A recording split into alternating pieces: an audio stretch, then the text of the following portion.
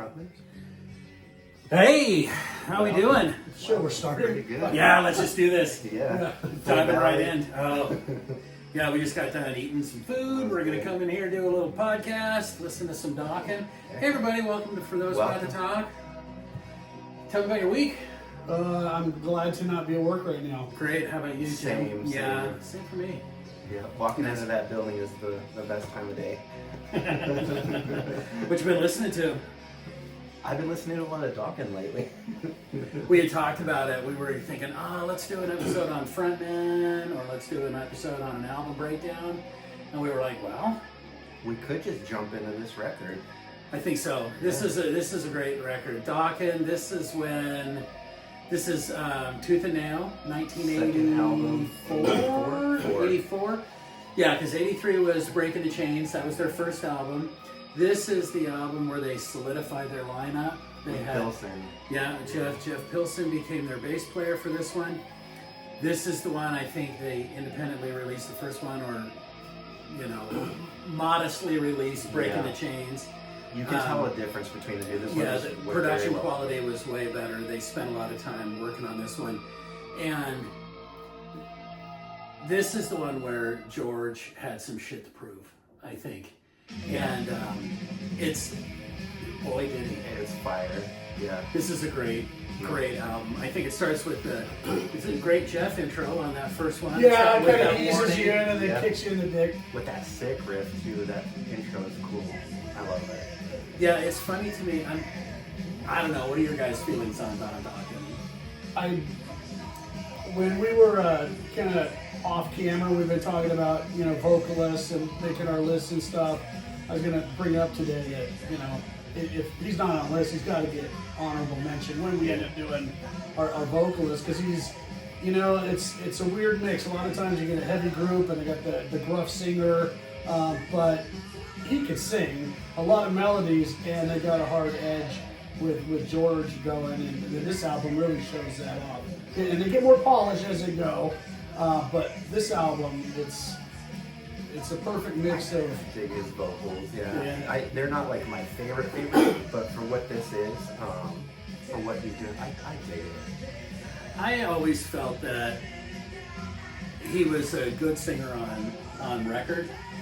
I didn't think he was much of a front man. He was really just kind of a stand there and sing kind of guy, and then kind of ease into the background while George was out there, flashing around and stuff. And then he would, come back out, sing a little bit. I think, not Stephen Piercy bad live in concert, but not great in concert. Just I think that's why he didn't make my list for frontman. But I'm like, I gotta at least mention that he's just a good singer. Yeah. I think for me, this is 1984. I'm 15 years old, starting to learn how to play the guitar. And then I hear him drop some shit like this, and I'm like, why the fuck am I even trying? And this segment is almost really close musically to the segment where Randy Rhoads is doing his Tap on Flying High again. The musical movements are similar. It's like he's doing Randy stuff. Yeah, I could see where you just hear that last little bit he was doing. Yeah. Just put your guitar back in the case. Oh, well, and it's also this. I'm done for the day. Yeah, well, and every time you think it's Tap done, out. Yeah. he's like, oh no, here we go. Here's another, here's another 8 bars, and he just melting your face. Yeah. And then you think it's done, and then he has that chromatic, fast picking this part. Right. And I'd be lying if I said I didn't spend 1,000 hours trying I think I to. rewound that part over and over. Like, I need to hear that again. And then you watch it and you're like, I still don't see how he does it. It's just this fast, and he's got an interesting pick hand. His stance and even his position and everything's different from any other player out there. I think other than maybe a Marty Friedman who has that kind of reach around kind of weird thing. And it's interesting because a lot of guys who pick really fast, it starts back here at the elbow, and so he's just doing this crazy shit. I know. I just like when you said reach around. Yeah. Should I let Cooper back in here, Jeff? No, the dog's locked out today. I was always a fan of George Lynch. I liked, even next song on here is Just Got Lucky. Now, I always loved the video for Just Got Lucky. He had the two-tone hair, which I thought was cool as fuck. He had the tiger stripe guitar. He's playing on a volcano as it's erupting, you know. And this is a really, it's a great riff, and it's an easy one to learn when you're starting out. It's a real simple shape. It's like, okay, I like this. This is good, and it's accessible, easy to play until it gets to the solo shit, and you're like, God damn it, you know. But this is cool stuff. Chorus, catchy. But I know that for those of you who don't know, so we have to think this is 1984. In 1983, George gets a call from Don Dokken, who is in Germany. He's independently released an album which you can find out there, and he wants no part of. You know, he's like, this is bootlegged. It was never supposed to be released. It was a demo meant to go to the studios. He was over in Germany. Don Dokken was over in Germany because he was going to be the lead singer for the Scorpions. Klaus Meine had blown out his throat and had to have surgery on his throat, and so they brought him over to at least lay down the bed tracks while Klaus was recuperating, and they didn't know if Klaus was going to be able to come back. But Klaus ended up being better, and when we get to our frontman, Klaus Meine is definitely on my front. No, he's on there, yeah. Oh fuck yeah, it's amazing. Yeah. So then Don's got some money. He's over there in Europe. He's touring around, putting a band together, and he finally, he gives George a call, and George, it turns out, in 1982, Randy Rhoads, who's playing for Ozzy Osbourne, dies in a plane crash. They get, who was it, Bernie Marsden or somebody they bring in first, and then eventually they bring in Brad Gillis, and Brad Gillis does the Speak of the Devil album with Ozzy, but that's just a temporary thing. They know that, so they're trying to find out who they want to bring in, and Rudy Sarzo's like, "Oh, you should check out George Lynch," and I think Dana Strum was, he was also saying like, George is amazing. Ozzy was always curious.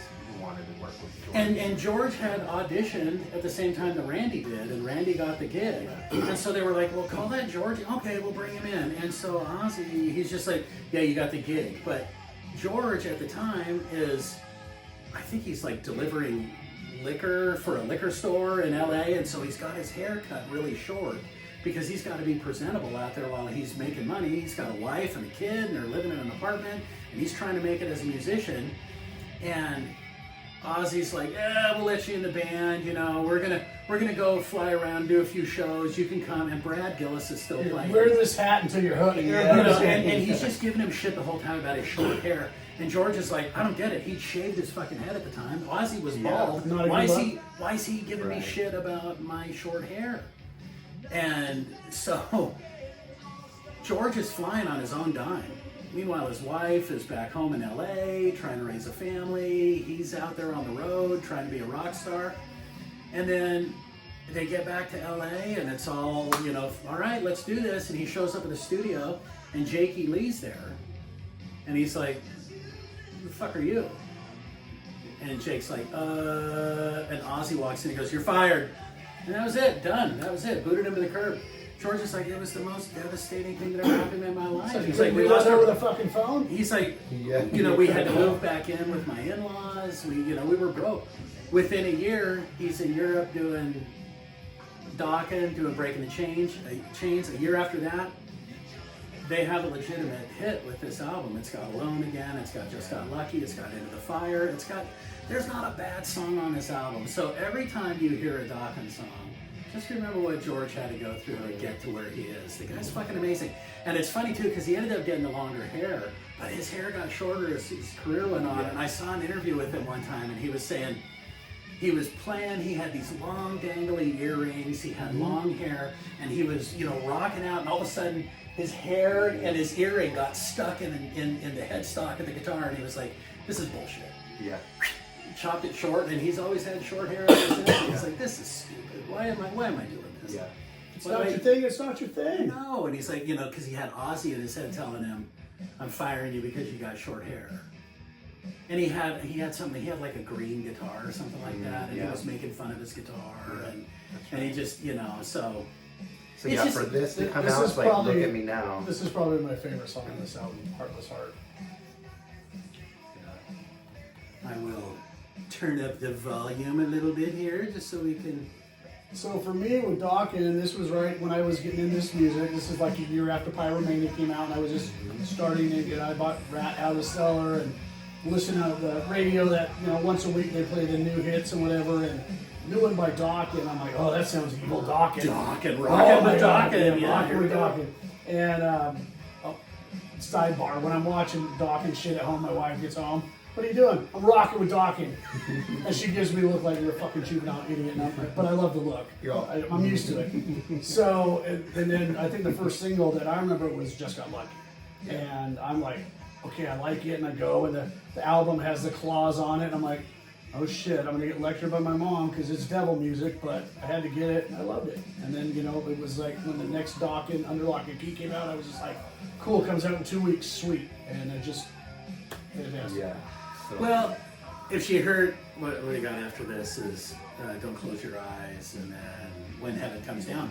And if Mom thought this was devil music, when she sees a song title like When Heaven Comes Down, she was going to get all up in the air about that. I love Dokken from the moment they showed up. I mean, I saw them on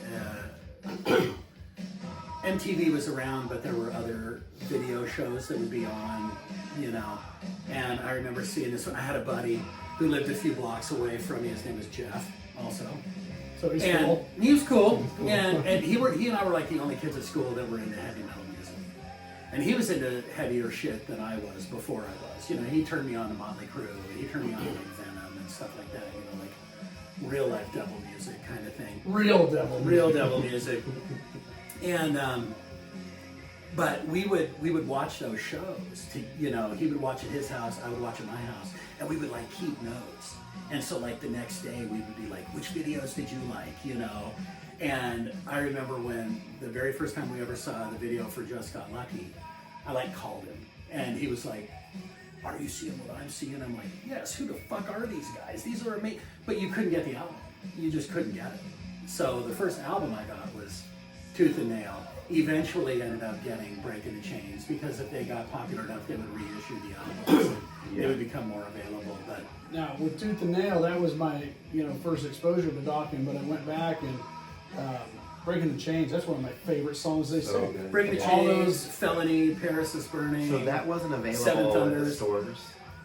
Not where I was living. Yeah. Not where I was living at the time. I was in southern Colorado, small little mountain town. So, we would go to the city. We would go to Pueblo like twice a They year. would ride their horses to the city. It was So the a first 2-week album- ride. So we would go there. We would go to the mall, and it was usually like we would do like school shopping, clothes shopping, shit like that.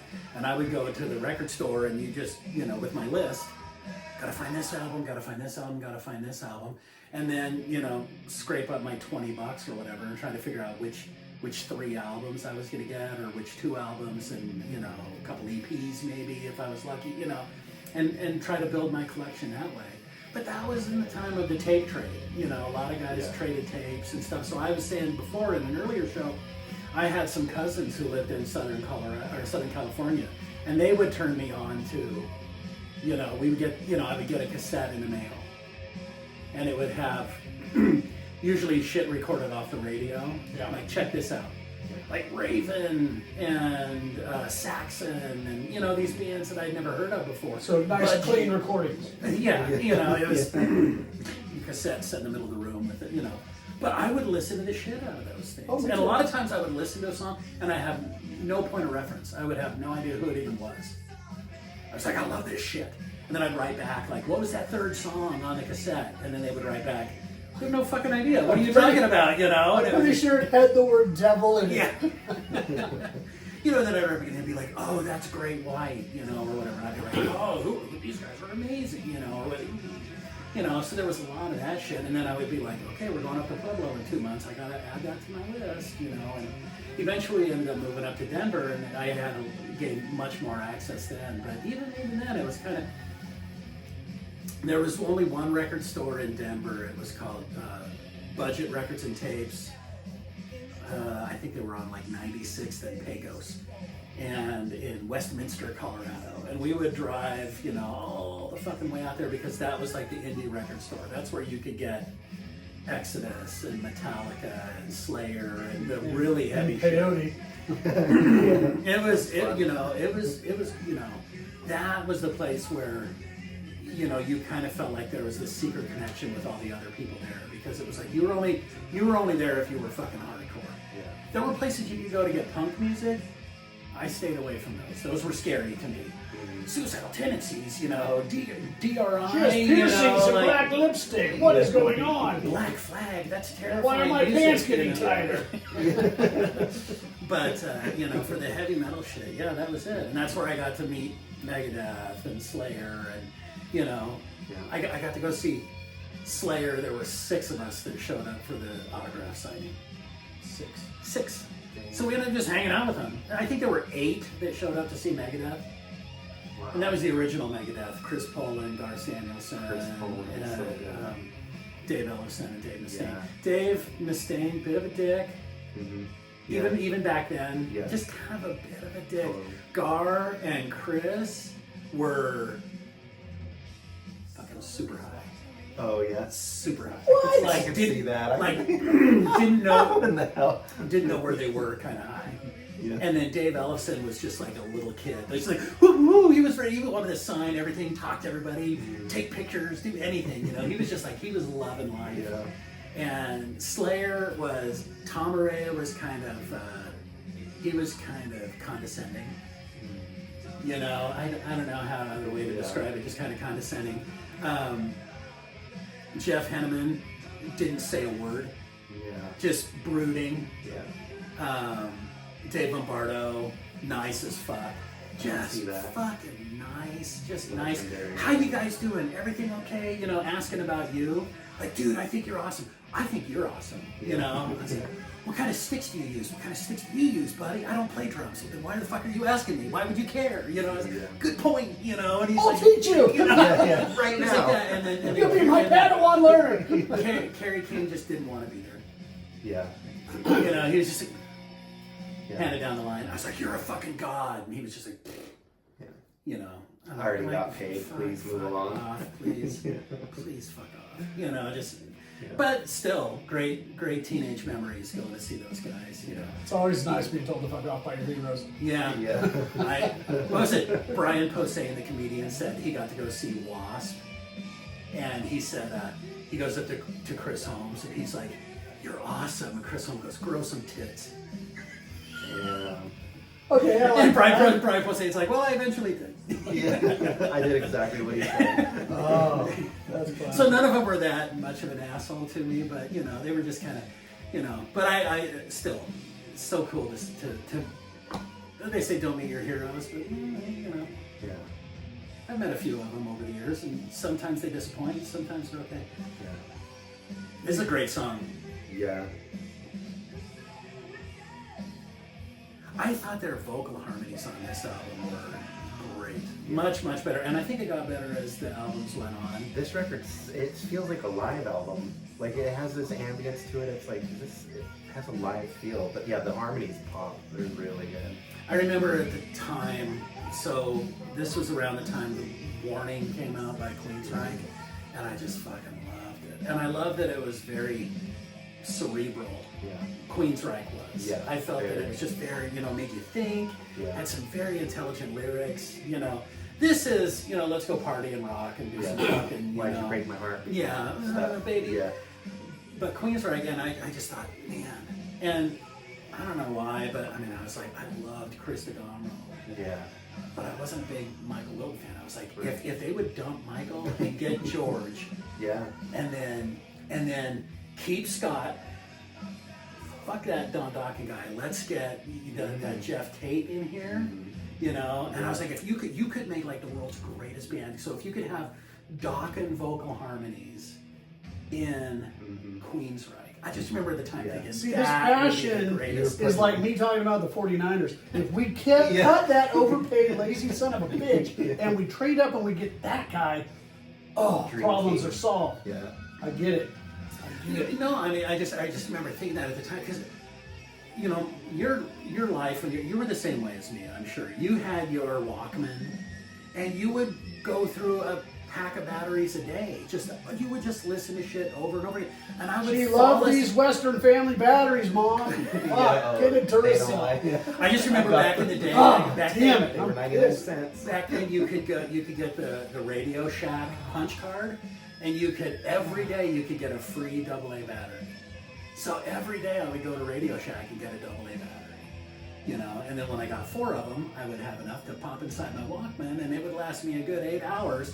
And there's nothing like listening to to a tape and having to go.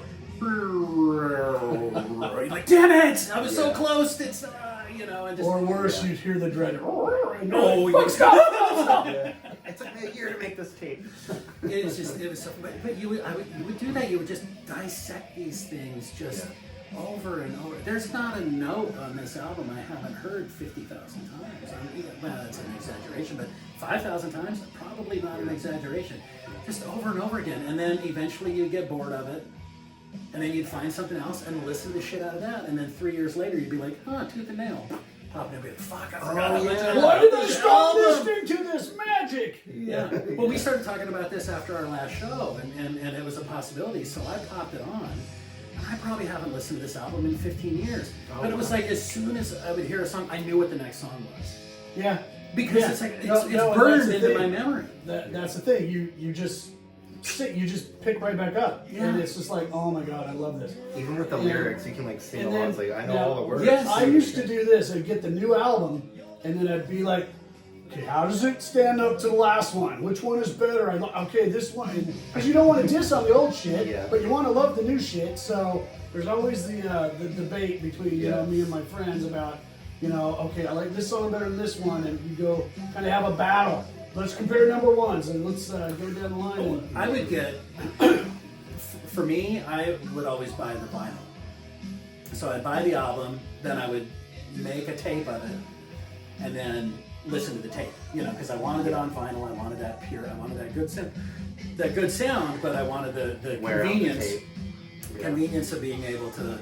And I've worn out albums. You can wear out an album. Yeah. I mean, it starts to get kind of mudded and muddy. It kind of sounds like it's being run through being played on Or water. when you're scratching it back and forth, practicing your rap stuff. So I would listen to the cassettes, but I forgot where I was going with this. I'm just rambling, at this point. But just you would listen to these things just nonstop. Anyway, sorry. Favorite song on the record?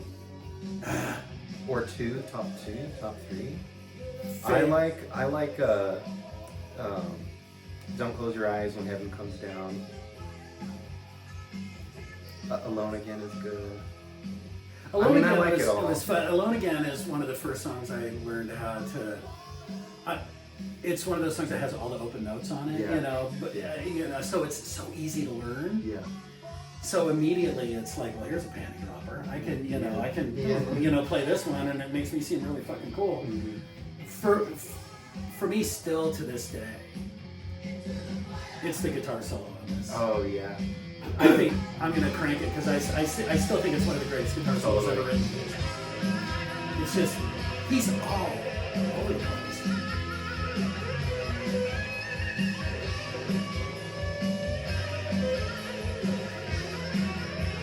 Sorry, this is horrible TV. No, Great radio. he's one of those guys that he makes it seem easy.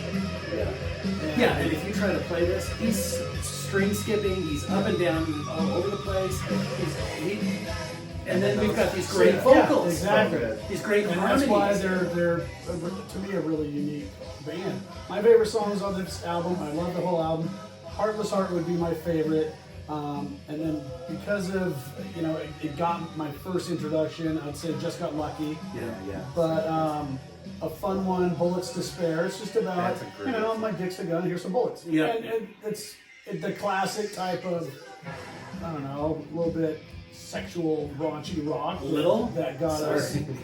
Well, okay, but... Even at 14, I knew what he was talking about. Okay, but yesterday, this is a true story. Yesterday, because all my other stories are lies.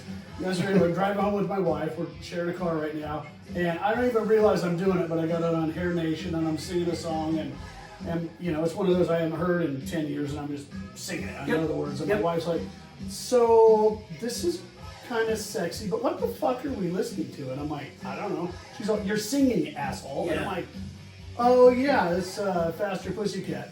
A baby bucks like a bronco when I start to shove." It's a romance song. Yeah. But I just do lyrics. I mean, now this is what I was thinking about. This is you can listen to your classic rock radio or your Hair Nation or whatever it is.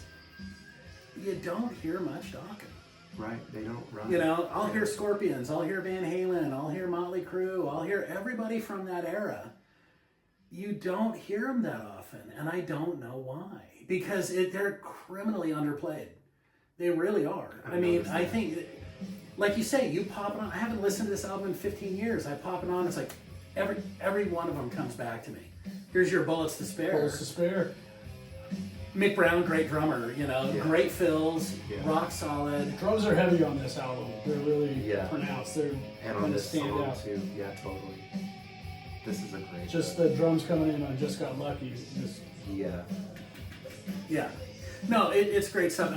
It's one of those things that, again, I haven't listened to it in a long time, so I'm kind of listening to it with old and fresh ears at the same time. I think I know how to listen to music a little bit differently than I did when I was younger, and so I'm listening to it and I'm like, oh, they were doing this and they did this in the studio and that's how they did that, and hearing those fills and hearing how they mic the drum and how they tune the drum and how that's one thing I will give these guys, great pocket that Jeff and Mick create. Boom. Watch their live shit. These guys were fucking tight. Yeah, and a big part of their backup vocal sound is Jeff Pilson. Mm-hmm. He's great. Really he's with Foreigner now. Yeah. So he went on to do Foreigner. George did he did the Lynch Mob, and he did some solo stuff, which is great. Anything you find of his is worth listening to. It's all good. And the guy's 70 and fucking fit as a fiddle. Yeah, he's in great shape. Mick is retired officially, but I mean, he was with Ted Nugent for a while. He was, did the Dokken shit for a long time. I think Don is a hard guy to live with. I just saw him. This was like 2 nights ago. I didn't see him, but I saw him on TV. Mm-hmm. It was the tribute to what's his ass, the singer from Great White. Oh yeah, Jack Russell. Yeah, they were doing the tribute to him, and so. Wait a minute, he passed away? I knew he was sick. I knew he was getting up there. It was recently. Yeah. It must have been real recent. Yeah, that's too bad. Yeah, so they bring him out, introduce him, and he comes out and he's wearing his like cowboy hat, flat hat that he wears, and he looked a little fragile. Looked at his pacing and everything when he was talking was really slow. And the crowd was ready for him to sing, and he just wanted to tell stories about Jack Russell, and I kept fast forwarding. So I want to hear how he sounded.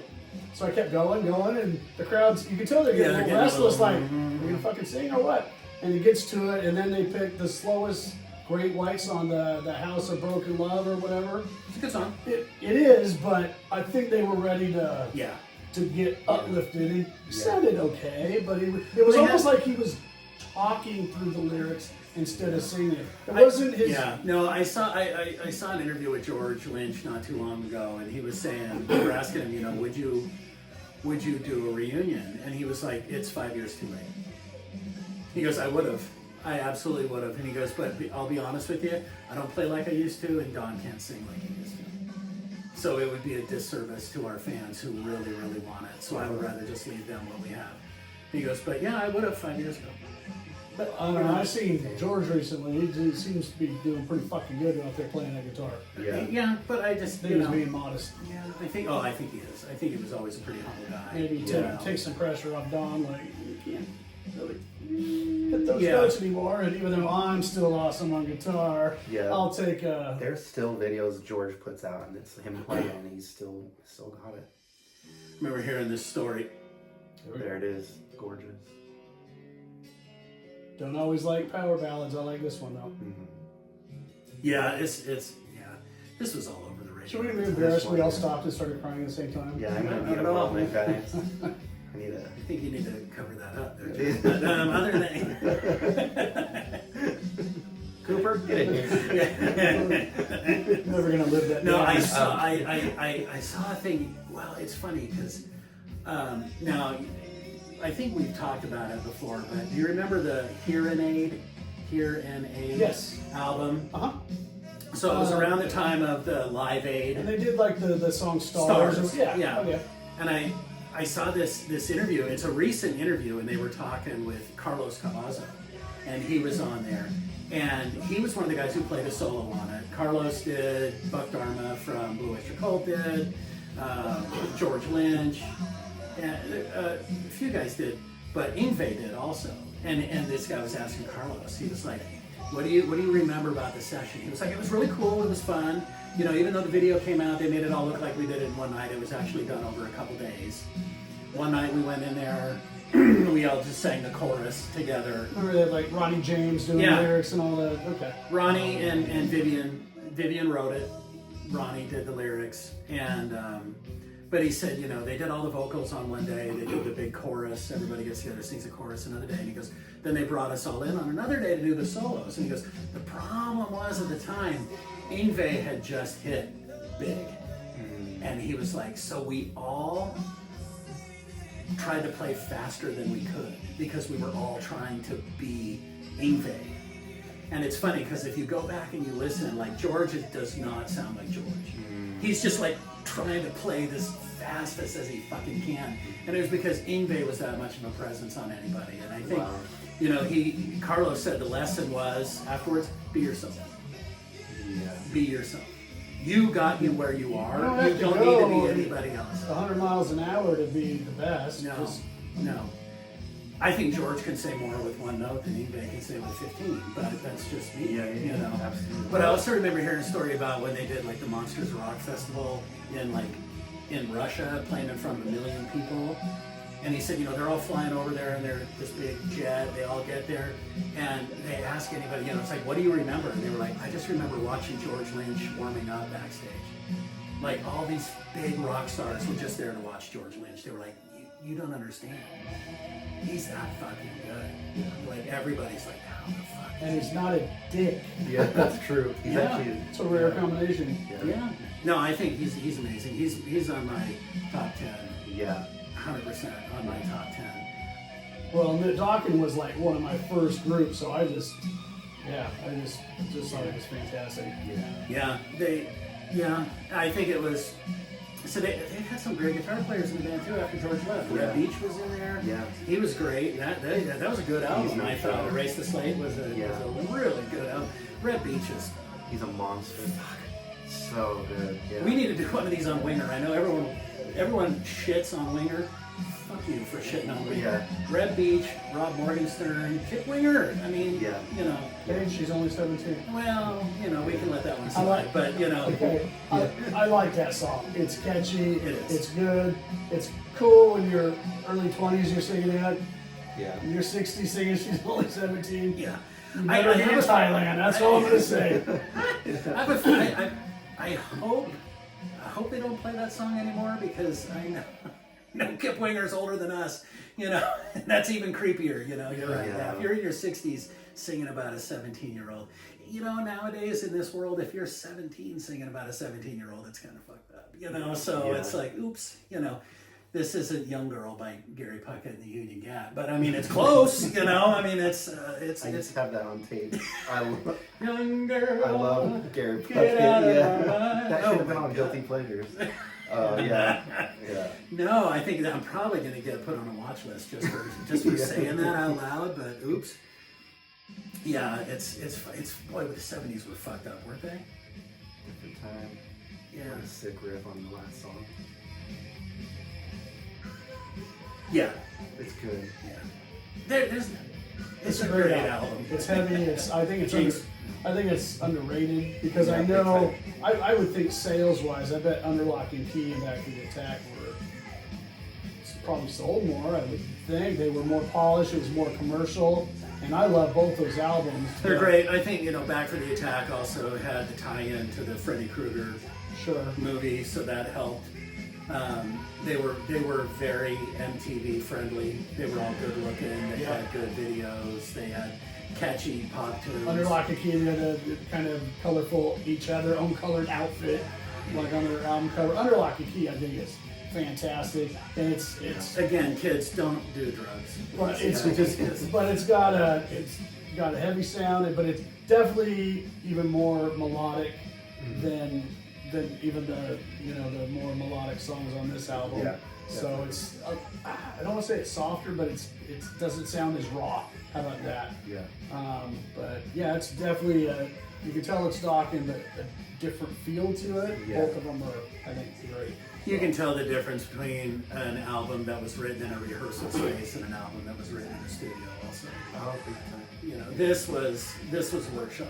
You know, they spent a Yeah. lot of time making this album in probably a room not a whole lot bigger than this. Right, and we've talked Just about that sweaty, before. dirty, just You just know, trying them out in the local clubs to You know, see what hits. and comparing what the sound of Too Fast for Love and Shout at the Devil compared to Dr. Feelgood. Yeah. And with, who the fuck am I thinking of? Even with, like Rat, Out of the Cellar, it's pretty raw. And Yeah. their first EP was really raw. And Yeah, it is. The EP you can never find anymore, but I have it on cassette. But, So do I, but I don't have a way to play it. But anyway, but yeah. I just hold it up in my ear. Yeah, It just sounds I great. remember what this was like. Tawny Kitane's lights on the front. Yes, very nice. Yeah, Well, that's her on It's Out of the so Cellar, good. too. yeah, Calling on Out. both. Yeah, she was dating Robin Crosby at the time, so she had Yeah. a fucker. So that motherfucker. She probably kicked his ass like she'd be. Yeah. She was just bouncing from one rock and roll dick to another, wasn't she? 'Cause she went from him to David Coverdale, Coverdale, and then she went decided to go to Chuck Finley with Chuck the Finley. Angels. Yeah. Got Baseball. arrested for beating up her 6'6" pitcher boyfriend. Yeah. Yeah, not a troubled life at all with that one, huh? No, Anyway, she was great in Bachelor Party, but she was. Yes. Academy Anyway, Award winner, I think. Or I might have. she just should have made been. that up. Yes, without a doubt. Yeah, this is a great album. Anybody, if you're not familiar with it, get familiar with it. I think the first album might be a little too rough for people. I think you need to dip your toe in the Dokken pond with this album first. Yeah. Listen to this album, then go back and listen to the first one to appreciate it a little bit better. Yeah. And then listen through them in chronological order. Yeah. Yeah. Yeah. Everything, their first 4 albums Sometimes are it's- fucking amazing. Sometimes you it's know? okay to go backwards too. Like my first Def Leppard with Pyromania, kick back to High and Dry, one of my favorite records. Yeah. So yeah, sometimes it's okay. I think if you listen to Back to the Attack and then you went backwards, you'd be okay too. Yeah.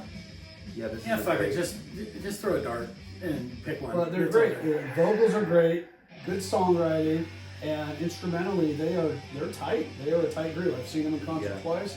They were great. With George? Yeah. Yeah, Oh, that was they opened up both times, but it was and the show with what the shit Aerosmith. There was a little bit of technical difficulty with the audio first couple songs but they got it figured out and they ended up being Well, really I'll good. tell That was you- Back for the Attack, but it was Under Lock and Key tour that they were opening up for Priest, and That's awesome. I was like there. I was a huge Dokken fan. I wanted to see Priest, but I was there for Dokken. Everybody else is like, bring on Priest, and I'm like, they're really good. Yeah. I kicked my ass on 15. I'll tell you a little story that I learned in Geddy Lee's book, My Effin' Life.